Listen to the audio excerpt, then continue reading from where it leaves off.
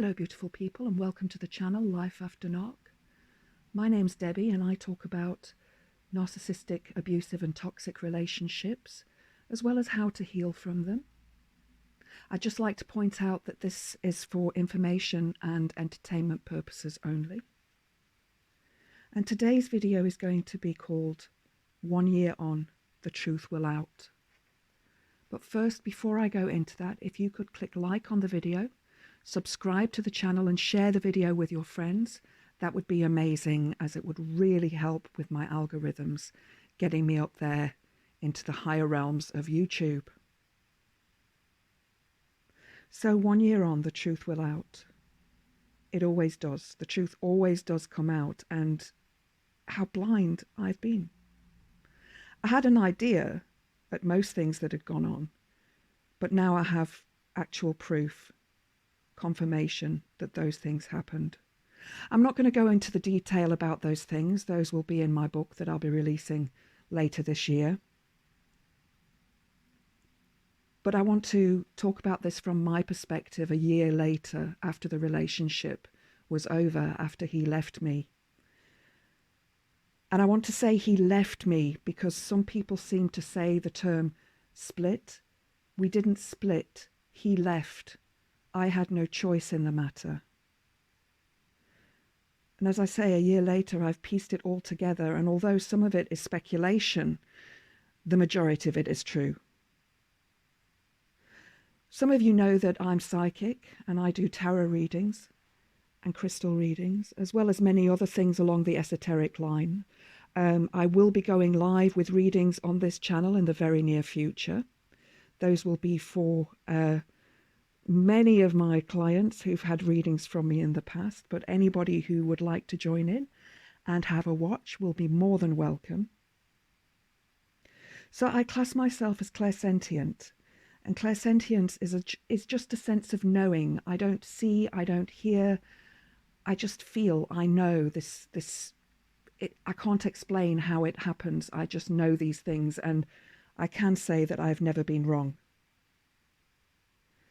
And in this past year, I've questioned myself as to why I couldn't see at the time what was happening. I was grieving for my father. I lost my father at the same time as my ex left me. And my psychic energies were all concerned and around my mom and my sister. They needed me at that time more than anything else. And I'm glad that I gave them that energy. They deserved that energy. I would have been wasting it elsewhere. So, what is the proof that I found? I'm going to talk about some of it, not all of it. But I feel justified in having felt the way that I've felt over the past year, the suspicions that I've had. Yesterday was a dreadful day for me. I was crying and I couldn't figure out why. I was walking through the wood and the tears were falling, and I guess I was thinking about all the times my ex and I had walked through the wood together. And when I got home, I checked through my diary from last year and I saw that it was around the time that he left. I can't remember the exact date that he left. Everything was such a blur at the time.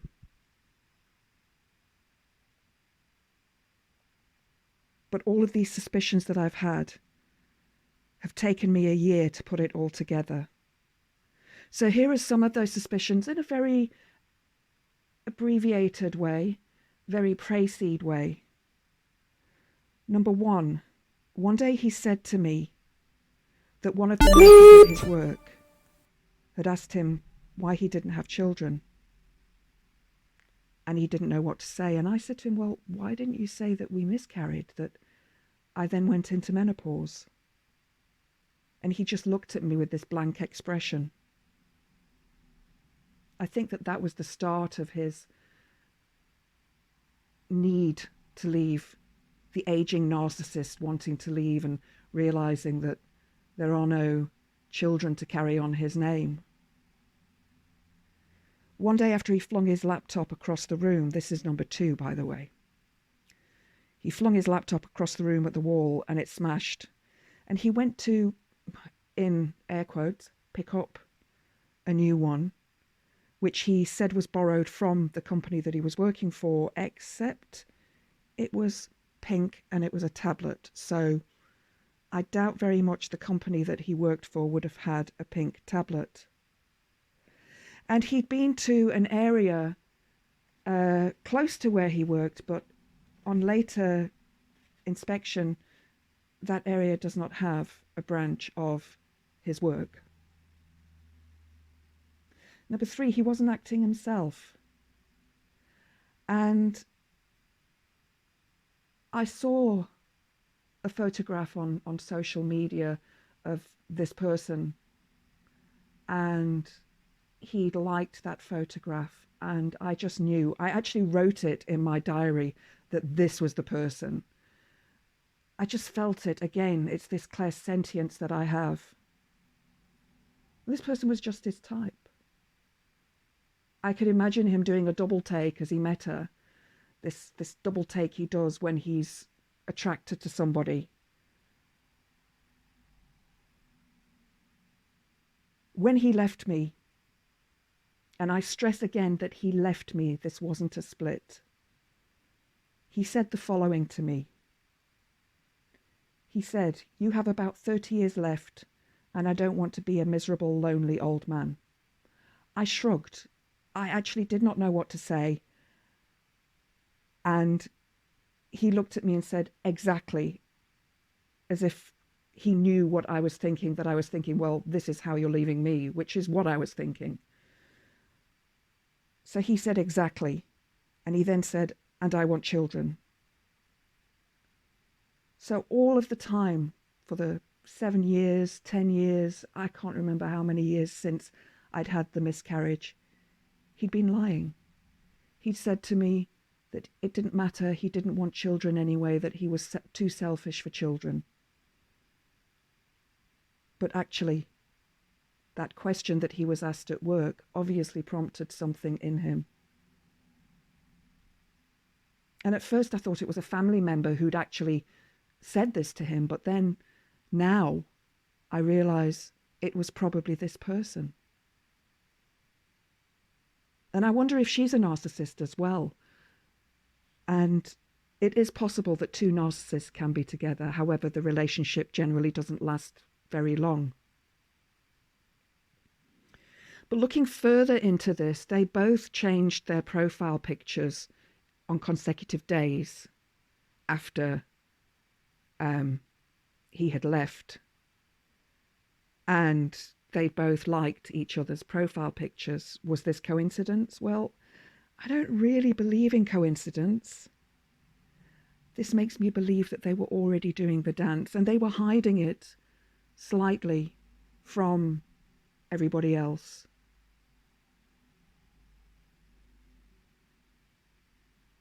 So as I say, I wrote her name in my diary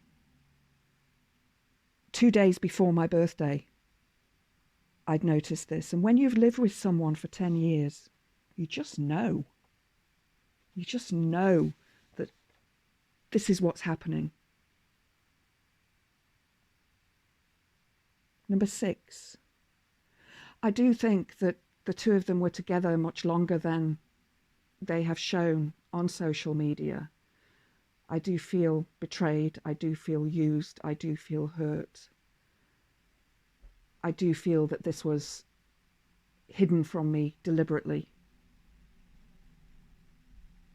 And then later on, as the profile pictures changed, there were lots of love hearts between the two of them.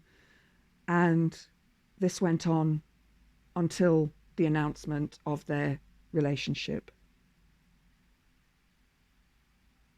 And so, Prince Thorn, you made a mug out of me, the so-called love of your life. Your words, not mine.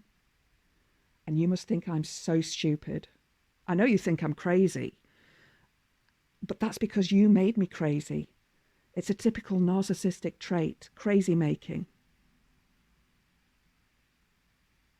The worst thing, the one thing I asked you not to do, was to sit next to me at the king's funeral if you were going to leave me. And you did, for your own purposes, to look like a good son-in-law. Because you weren't there. Not once on that day did you ask me how I was doing, if I needed anything, did I need any help. You pretty much ignored me the entire day. Now, if he could do this to me, his wife of 10 years, his companion for 12 years, he could do it to anybody. And I don't want that to happen to anybody else, because nobody deserves to be treated like that. Nobody. A song has come into my mind this afternoon by Sinead O'Connor. No, not the one you're all thinking, but a song called You Made Me the Thief of Your Heart. And I'm going to put a link to that below. And the line that I refer to is, you lost all. And he was the thief of my heart. And I want it back. Ultimately, you cheated on me. Perhaps not physically, but mentally you were. Mentally you were preparing for this, because how would I know that this was the person that you were going to be with? Again, I trust my third eye. I trust my clairsentience. To be fair, you probably deserve each other. As for the condescending message that I was sent through social media, yeah, it was condescending. I think you were sick of hearing the truth of the situation through other videos that I was doing at the time through my Facebook channel. And I think you both wanted it to be ignored because you didn't want the truth to come out. You saw me as a bad person. You saw me as the evil one. But I'm not. And that's okay, though. If you think that, that's perfectly fine with me. My friends know better. And it's strange that 40 minutes after that message was sent, Prince Thorn sent a message to Princess Jasmine saying that you were thinking of writing this message, but you'd already sent it, you see. The triangulation that he was doing there to try and get her involved. She didn't respond to his message. She has more sense than that. But I have a feeling that I know who it was who said to send the message. And I don't think it was the maiden. I should have ended it years ago after the very first incident, and I'm not going to mention that here because that is in my book already. So watch out for the book. It'll be coming soon. And it'll show how twisted a narcissist can be.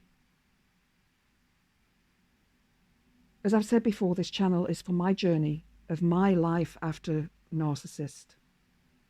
And it's my perspective based on evidence that I've collected. But ultimately, it's a story. It's a story of all narcissism and all narcissistic relationships, and one I don't wish anyone else to go through. So if you've enjoyed today's video, please click the like button, share the video with your friends, and subscribe to the channel if you can. It would really help me. Have a wonderful weekend. Oh, and just to let you know that I will be going live tomorrow on my Facebook page, Debbie Wolf Reeves, with some tarot readings. So I hope to see you there. I don't know what time. So if you don't already follow that page, please do. Blessed be.